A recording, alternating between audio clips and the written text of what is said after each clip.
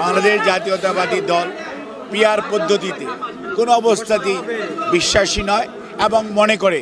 যারা আজকে পিআরের কথা বলছেন জনগণের কাছে যান, জনগণ যেটা গ্রহণ করবে সেটাই হবে। কোনো অবস্থাতেই জনগণের কথা বলে কোনো সিস্টেম আপনি জনগণের উপর চাপিয়ে দিতে পারেন না জনগণের মতামতকে উপেক্ষা করে। দল হিসাবে আমরা বিশ্বাস করতে চাই যে প্রধান উপদেষ্টা ঘোষিত যে সময় ফেব্রুয়ারির মধ্যভাগের মধ্যেই জাতীয় নির্বাচন সেটি যথাসময়ে অনুষ্ঠিত হবে এবং এটা করার ব্যাপারে আমাদের নির্বাচন কমিশন যেমন কাজ করছে, আমরা দল হিসাবে তাদেরকে যত ধরনের সহযোগিতা একজন রাজনৈতিক দল থেকে প্রয়োজন সেটি আমরা অবশ্যই করব এবং আমরা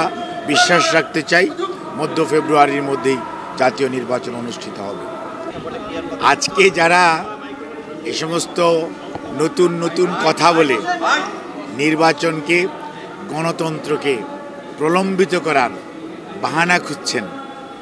ওনারা খুঁজতেই পারেন, কিন্তু বাংলাদেশের মানুষ বিগত 54 বৎসর এবং তার আগের যদি 200 বৎসরের ইতিহাস দেখেন, বাংলাদেশের মানুষ সরাসরি ভোট দিয়ে অভ্যস্ত। বাংলাদেশের সংবিধান, নির্বাচন এবং সরাসরি ভোটের মাধ্যমে তার প্রতিনিধি নির্বাচিত হবে, সেটি